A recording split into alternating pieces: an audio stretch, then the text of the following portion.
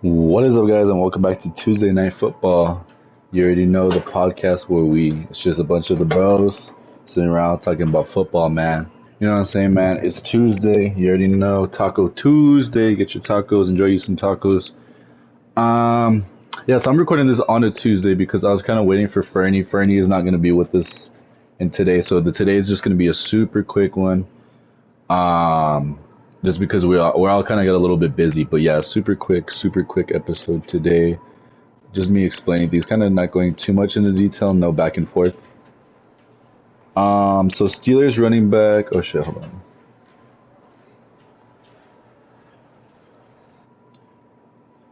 Sorry, I just wanted to skip that because the audio gets all fucked up. But Steelers running back Najee Harris could have a slightly reduced workload this coming off season. That's not too big. I would expect that just because they drafted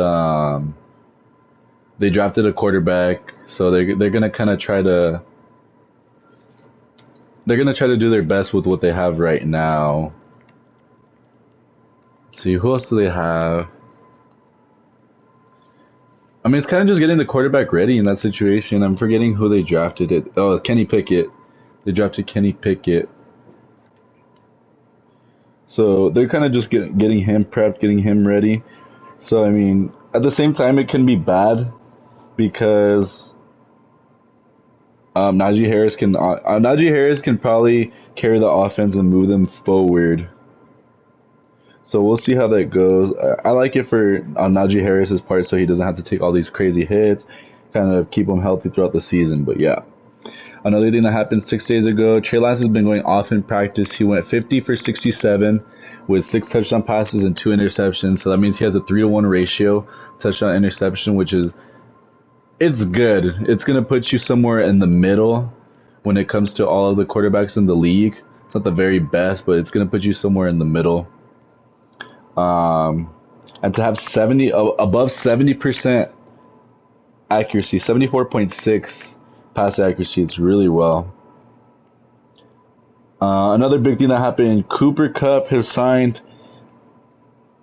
He signed an extension for a 5-year deal for a total of 110 million. That means he's the sixth highest paid wide receiver in the NFL right now. I don't know how I feel about giving him that big of a contract. Yeah, Cooper Kupp is a good receiver, but at the end of the day, I think he's about to be 30. I think he's 29 right now. So I wouldn't necessarily have made that move. I would give him a good contract, but like when it comes to contracts, at the end of the day, age is gonna matter. It's not like, oh well, he had a really good season. It's like how long can you keep those seasons up? That's what it is for me. Um, Another thing happened 5 days ago. Tom Brady did not deny when asked if there was any truth to the report that he had interest in joining the Dolphins. I find that it's nothing crazy, but I mean, just imagine the fact Tom Brady could have been on the Dolphins. That means that what if there was a possible trade? Tua went to the Buccaneers. That's good for the Buccaneers part because they found the replacement for Brady. They can go ahead and develop him. Um, and it's not even like that. It's not even that crazy of a move either because the Buccaneers are also playing Florida, so do the Dolphins. So like, it's not like they're gonna have to relocate. It's kind of a win-win for all parties in a sense. I don't know about so much for the Buccaneers because they do need to find a replacement for Mike Evans pretty soon, in my opinion. Mike Evans is still fucking elite. I think he has another like 3 good seasons, 2 to 3 good seasons of being elite. But outside of that, you're gonna end up finding his replacement soon. It's pretty hard to replace a big body receiver like that because that's kind of a lost art in the NFL, in my opinion. Just guys that can go and make it happen.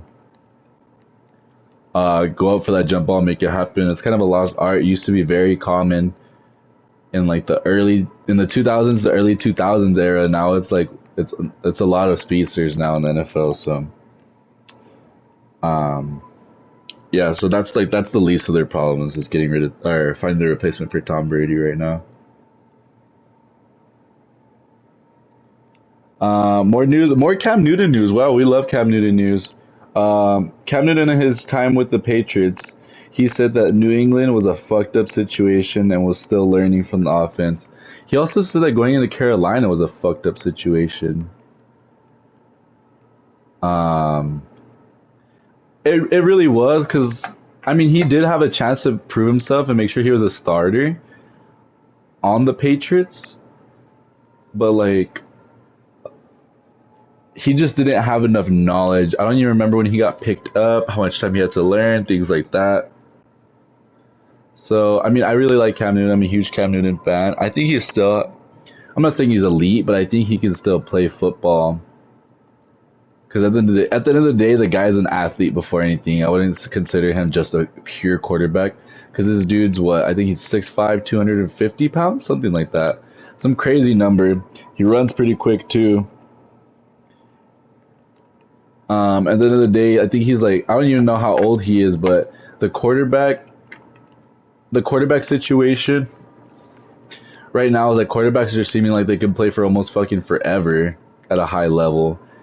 And like I said, I think he can still play at a high level, but there's that. What else happened? Free agent pass rusher Jason Pierre-Paul visited with the Ravens. Um, just more NFL, just more NFL. The NFL being the NFL, free agents going to different teams. We already have seen all sorts of crazy moves. I didn't even know that this Pierre-Paul wasn't signed. I actually have him on this Giants team right now. This is the 2011 Giants roster. Some of the numbers are fucked up, but this is one of the franchises that me and Fernie did, which is super cool. We got Justin Tuck, all the 2011 guys, even on his roster, like right here. Is that Roddy White that he has? I think it is, and he has Julio Jones. Super, super cool because they're all with the 2011 roster, like the overalls and shit. This is one of my favorite personal favorites. Like over here in the Giants, I have Dominic Hickson, Victor Cruz. I have a lot of the guys from the Giants. Another extension and signing news: the Raiders gave wide receiver Hunter Renfrow a 2-year, $32 million extension. I think it's a really good deal. Hunter Renfrow is more of your technical receiver, guy who can get open based off of his routes and knowledge. So I really like that move from the Raiders. Get him at a decent deal. Well, that's $16 million a year. That's a lot of money. But now the receiver market, it's crazy. I think it's like I think you gotta pay like 19 million. Like you're considered like number one, top tier. And more of the like similar free agent news. Robbie Anderson is looking to retire. He's thinking about retiring, and I mean I can't blame him, y'all. Have you like the way Sam Darnold is playing? Sam Darnold just did not play some of his best moments on Carolina's, to say the least. I really liked Sam Darnold coming out of the draft, and on the Jets, he was the only thing really holding them together, in my opinion. But I don't know what it is on the Panthers. He's just not playing well, and Robbie Anderson like really does not like fucking. He does not like him at all. So it just makes it funny. More off-season drama. Speaking of wide receivers, we're gonna be talking about what's his name, Tyreek Hill on the Dolphins. We keep hearing stuff about Tyreek saying this and that about Tua. This one is a pretty bold take in my opinion. He said that Tua is more accurate than Patrick Mahomes. That is a very, very hot take. It's not even like a NFL reporter making this shit up. This is what Tyreek Hill had to say, man, and I don't know. Patrick Mahomes is a really good athlete. He's a really good quarterback. He's a really good quarterback. His accuracy is insane. Just the fact that he can be running full speed laterally, and still making throws across his body on the money, on the run, like. So for Tyreek Hill to make a statement like that, that's pretty bold.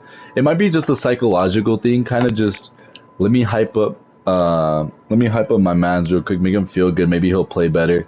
I think that's more of what it is. It's not necessarily that he genuinely thinks he's better, but yeah, there's that.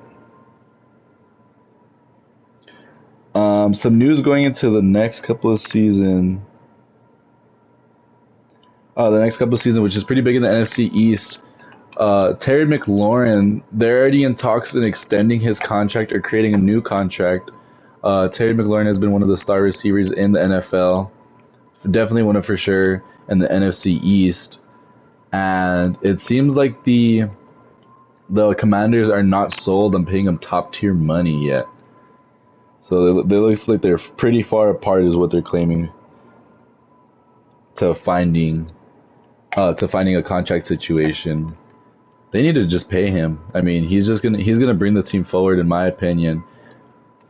You just gotta draft a really solid receiver, pick up a vet to accommodate his style of play. But other than that, Washington does not have much that they can. They don't have much that they're like, oh, we need this entire team. Like, they can definitely afford to pay Terry McLaurin. It's not the issue. They're just kind of being cheap about it. More receiver news. AJ Brown, in a Twitter feud, claimed that he is one of the best. Yeah, he's the best receiver to ever have played in Titans history, and that's a pretty bold statement. I don't even know who else has played on the Titans or the Oilers that was elite. So there's that. I think it was like a fan altercation online, but yeah. Oh, crazy Henry Ruggs update. We haven't had much about the Henry Ruggs update, court, anything about the court dates, none of that. But this is actually yesterday, one day ago. Henry Ruggs' lawyers want to exclude his blood alcohol concentration from his case, citing that police did not have probable cause to get a warrant for sampling of his blood. Um, is this gonna do anything to the situation? Fuck, I think I hit the punter. Is this gonna do anything to the situation? No, at the end of the day, it was a manslaughter. He did kill somebody. And it's like a lot of people are like, "Oh, fuck him." It's like he's still gonna get arrested. At the end of the day, he killed somebody. It's not like he's gonna come clean. And like, it's a lawyer. Like, he's paying a lawyer. Like, this is his job. Some people are getting mad. Like, oh, they're trying to make him seem innocent. Like, he's paying a fucking lawyer. So like, chill out. If you don't know how the court system works, or the justice system works, then don't have an input. I'm not a professional on it either, but I took some classes, so I kind of somewhat understand. I don't talk about that shit too crazy, because even if you're right, you're still wrong amongst the human eye. It's a weird situation when it comes to anything political, anything that has to do with the justice system. So I just stay away from that. But the only thing it can really affect is it's just gonna bring them less charges. That's all it's really gonna do. I don't think it'll overthrow the entire case, because I think if you're driving at that crazy speed, it is going to warrant you probable cause to check his blood alcohol content.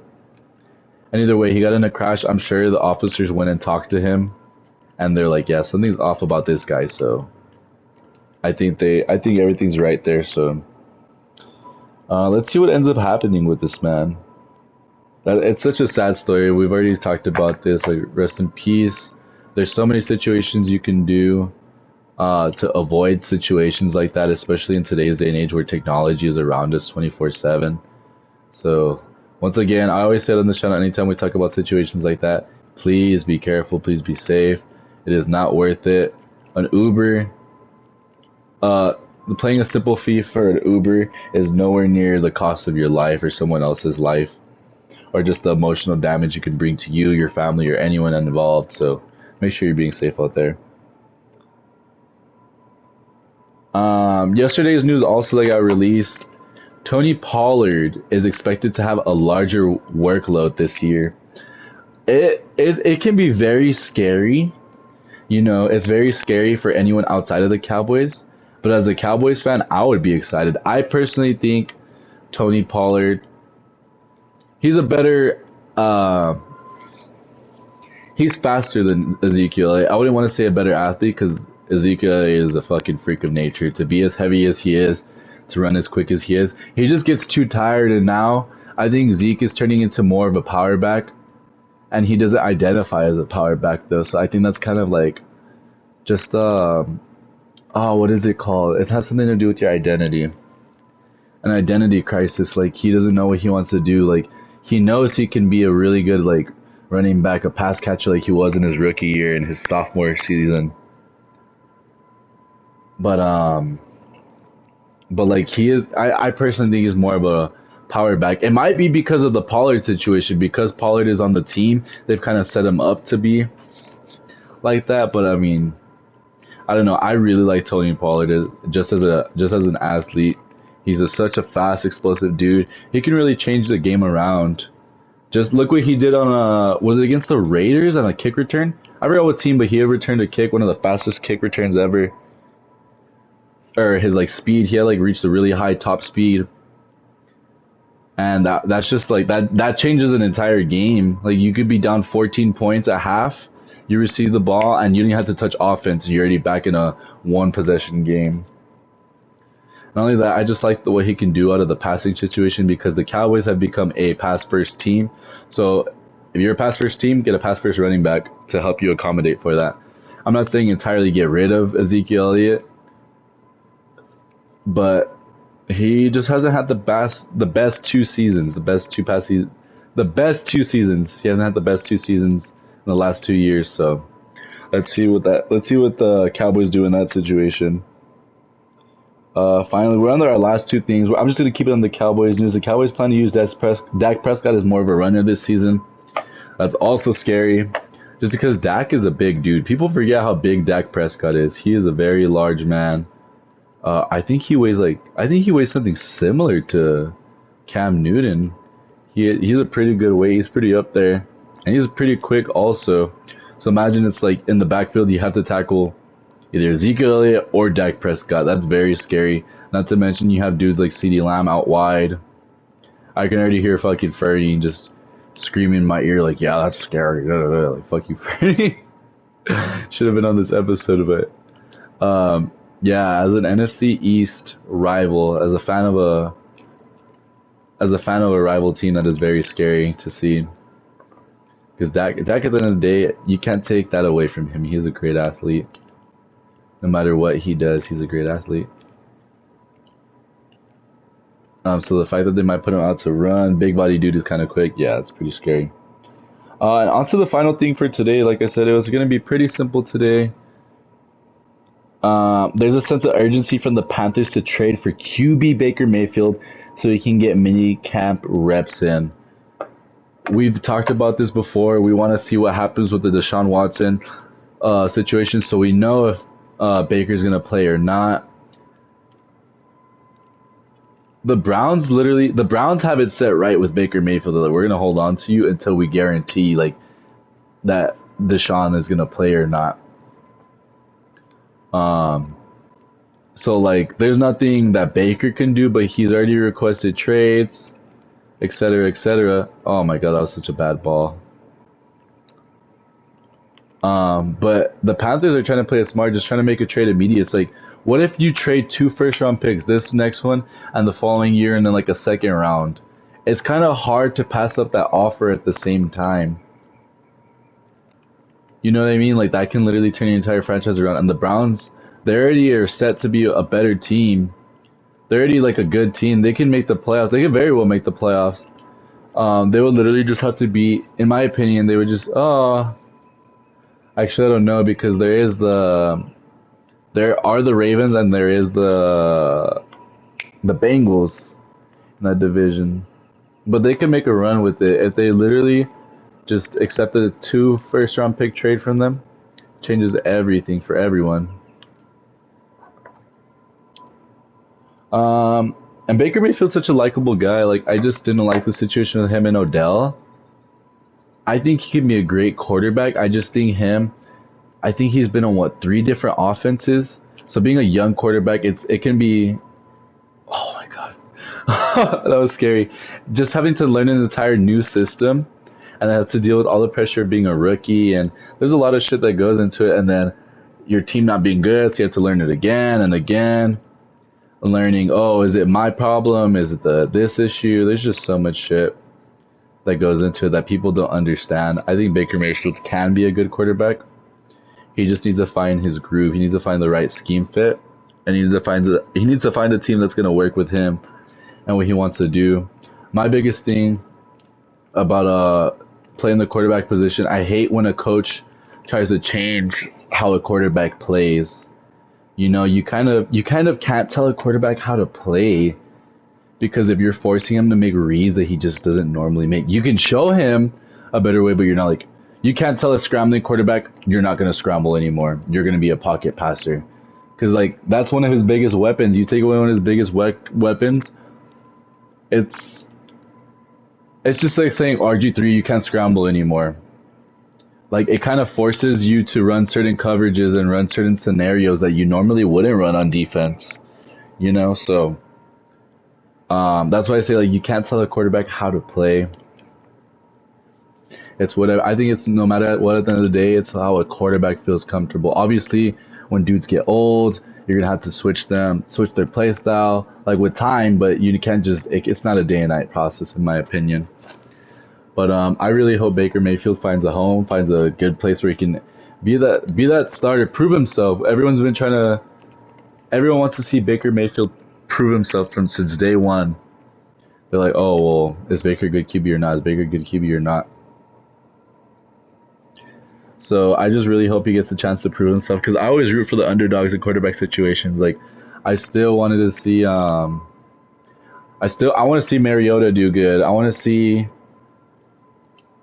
who else is a quarterback that we never got to really see. I wanted to see RG3 do good. I really wanted to see RG3 so fucking bad.